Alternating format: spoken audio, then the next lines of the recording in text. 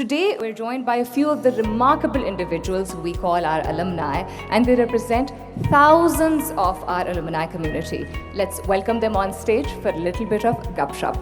How do you all feel being here today at this auspicious occasion or itne arse baad at Beacon House? I think it's like coming back home. It's like a trip down the memory lane. Trip down memory lane. Abdullah? It is a surreal feeling.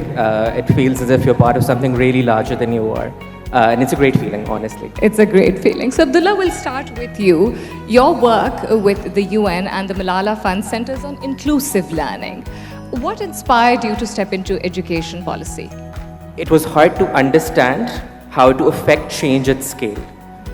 Whatever I was seeing in terms of the work that I was doing, we were working in a small startup, it felt that we were only chipping off a small portion of a very large animal. Okay. And I wanted to understand how to affect change at scale. And that's why I felt the need to understand education on a policy level, which of course led me to apply to the Harvard Graduate School of Education. And that's what I studied. So, for a lot of people, it may seem abstract, education policy. And what's one misconception about your field that you'd like to clear? A sound policy is extremely important. Why? Because it sets a clear strategic direction of where you want your system to go to. It also sets in motion pillars of accountability so that you can hold public officials to account for not following through on those strategic objectives. And honestly, making a sound policy means making sure that you engage all stakeholders critical to the landscape of education in Pakistan, from the students to the teachers, to the state, to all the critical stakeholders that fall within that ecosystem. So there is abstraction to it, but a sound policy will certainly help in advancing the agenda of education, advancing it at scale, and advancing it equitably. What message would you like to give Beacon House students who'd like to be a part of the education landscape? Firstly, aware of your privilege. आपको चाहिए कि आपकी अना किसी दरवाजे में दाखिल ना हो. This is a very delicate space जहाँ पे you're nurturing future minds. मेरी तालीम एक बैनुल-अक़वामी इदारे ने उसने मुझे यही सिखाया है कि आपके पास एक डिग्री हार्वर्ड की भी है, तो अगर आप किसी कमरे में दाखिल हो रहे हैं, आपने सबसे पहले ये समझना है कि सिर्फ मैं यहाँ पे कुछ बताने नहीं आया, कुछ सीखने भी आया हूँ औरों से. अगर आप इस माइंडसेट से अप्रोच करेंगे एजुकेशन को और किसी भी स्पेस को, you will actually be able to do change that is meaningful. Anything else, quite frankly, will not be sustainable. That's all. Thank you very much. Thank you so much. Ali Moin, Beacon House has always encouraged students to think differently. And you being a Beaconite have gone through that. So how do you think the environment in Beacon House fuels or nurtures the entrepreneurial mindset, because that's what you are pursuing? I think being an entrepreneur is very important to break stuff and challenge very traditional ways of thinking. So this is something I think I probably picked up from my Beacon House days, myself and of course Hadi, my co-founders, also from Beacon House. Yeah. Beacon House was not just a place where you went for education, it's a place you also went for tarbiyat. So our teachers were not only our teachers, they would mentor us in things like the difference between right and wrong. We had an excellent extracurricular program back then. I don't know if that's still the case, but so we were all into sports. I want to give a big shout out to one of our teachers, Sur Umar Khan, who was in charge of the sports program and all. So that really helped develop this bizarre competitive streak amongst all of us, which I think is very, very important when you get into entrepreneurship, because you've got to get out there and compete with in terms of the finite resources that are available. So I think that's certainly been very, very useful. And then also understanding, having this moral compass. I think Beacon House has really helped us develop a moral compass. Of course, हमारे families का भी इसमें बहुत बड़ा role होता है, but Right. I think the school went a long way in developing that compass, and that's something unfortunately we lack in Pakistan. Innovation and the entrepreneurial mindset has become quite popular in Pakistan now, and it's quite encouraging to see that. Like, also the concept that investment or companies come from big names, usually, which is not really the case. And I think you'd be able to shed light. So when students from Beacon House, if they'd like to build things from a scratch, what advice would you give to them? We need builders in Pakistan, as many as we can, because Pakistan does not build anymore. like it used to back in the 50s, perhaps in the 60s. Also, try to solve large problems because that really leads to real value creation. And at the same time, I would actually encourage young entrepreneurs to get a job first. Naukri kare, learn an art, learn some trade, make your networks, make some connections, and gain some experience. And then when you're close to 30, perhaps get into entrepreneurship. Because I think a lot of people get into entrepreneurship too early.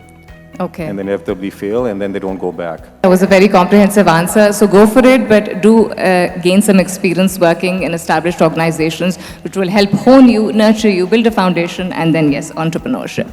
I think it's not for the faint or the light-hearted, but I think we have a magnanimous personality in front of us today who has proved that when you put your heart to it, it started as not just an education, but an entrepreneurial venture to solve such a big problem.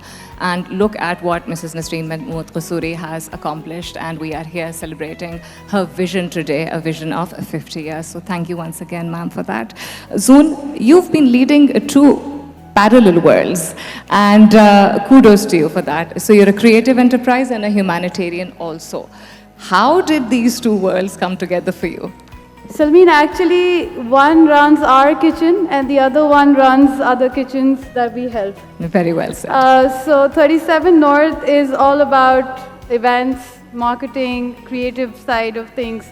But I think we also, a very important part that we all like and we want to do is to serve our hearts. And I think Thali is something that's been serving our hearts and many hearts.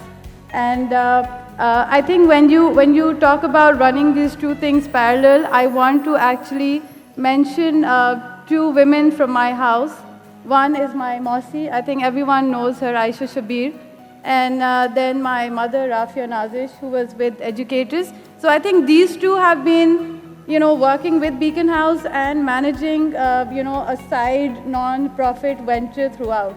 So I think that was something that led each one of us in the family to do something similar and, just be a little brave with what we do. All right, wonderful. And yes, due credit to our elders who are part of the system, who paved a way for us, including my own mother also, Mrs. Fauzi Ansari, sitting in the audience today. So thank you for that foundation. Thali ki baat kar rahe hain hum, aur Thali is rooted in empathy. Ehsaas, right? So transforming surplus food into hope. I'm sure there were points where you felt it may not work the way you had envisioned, but I'm sure there was also a story which defined what Thali is today. What is that story? The only thing I think behind that story is the word purpose. Okay. And purpose is what keeps us going. When we really want to do something, and I think this is something I've taken from Beacon House.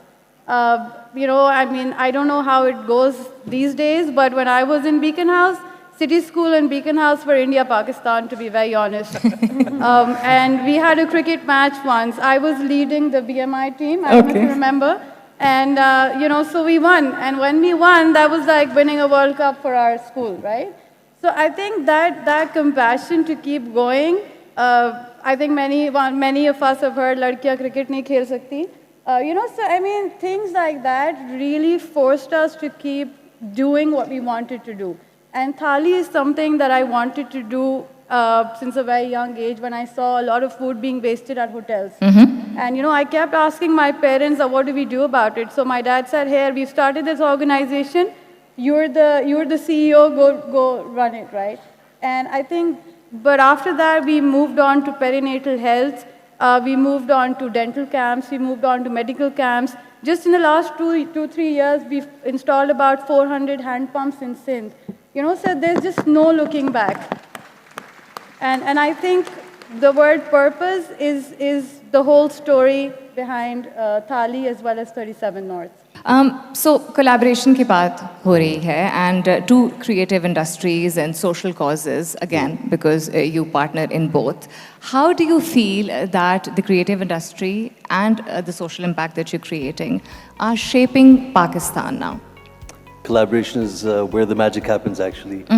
Especially in the creative industry, collaborating with all sorts of artists, producers, entertainers.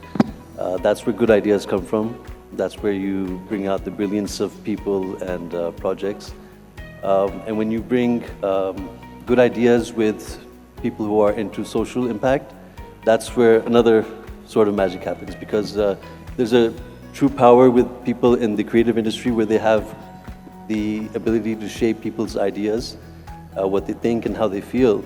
And when they get people to empathize with a certain situation, when they bring awareness to a situation, again, that's where people can collaborate and make things that are bigger than themselves happen. My personal inspiration is that it's a religious wisdom that's in the Quran. Every time in the Quran where it says believe, it says do good work. Right. So always remember that belief is good, but unless you have action behind it, it's pretty much meaningless. Be the change that you want to see in the world. Absolutely. And see what a good collaboration he's done.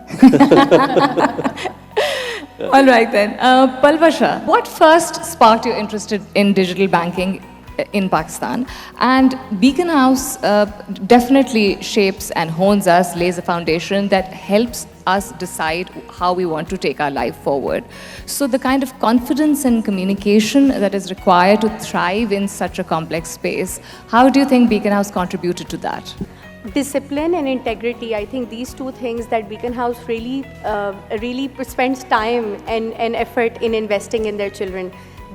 Those are the two core values which really taught me to venture into the world of finance, because these two aspects of life are extremely important to be successful. Discipline often is boring when you're growing up, especially in your teens, but later on in your life, it just becomes a muscle memory when you have been part of such a prestigious institution like Beacon House. And it gears you up for competing at a really different pace from many other people in our country, right? Even globally, I feel people who wake up early, who adhere to timelines, are able to submit things on time, automatically have a competitive advantage to free up space for creative thinking and actually look at the game from another level.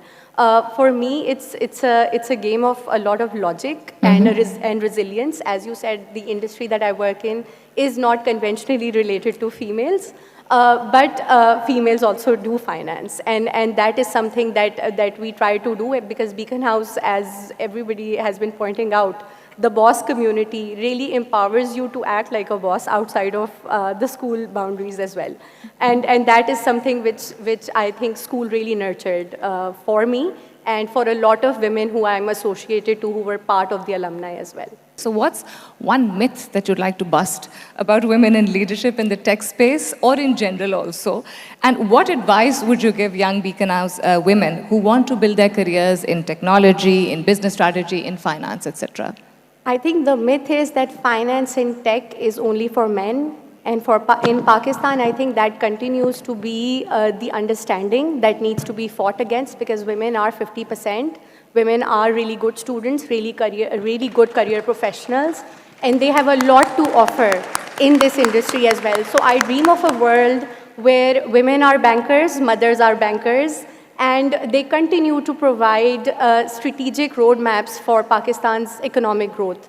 Because I feel that there are a lot of things, there is a lot of greenfield opportunity that's up for grabs, and it just needs a different perspective. And when you bring diversity into the workforce, diversity of thought, academic backgrounds, leadership, gender, even from religious minorities, automatically the conversations in those meeting rooms and boardrooms change a lot. And the way that you view profitability and new opportunities change a lot. As the CEO of Beacon House pointed out as well, that IFC took a bet on the education sector, and that opened such new roads, and it was a woman's dream. I would want the students sitting here, the women sitting here, to dream of equal opportunity. So I really don't understand why we have fewer women coming into the profession, because I think these are stereotypes that are associated, that bankers or finance career professionals are supposed to look a certain way. But a suit can be worn by both genders, right? And we can look the way that we want. Thank you very much to all our alumni who are with us on stage and who are in the audience also for sharing your memories. It's very heartwarming to see how Beacon House and its spirit stays with you. You are doing exceptionally well. Please keep making us proud. Beacon House Old Student Society, POS, building a community together.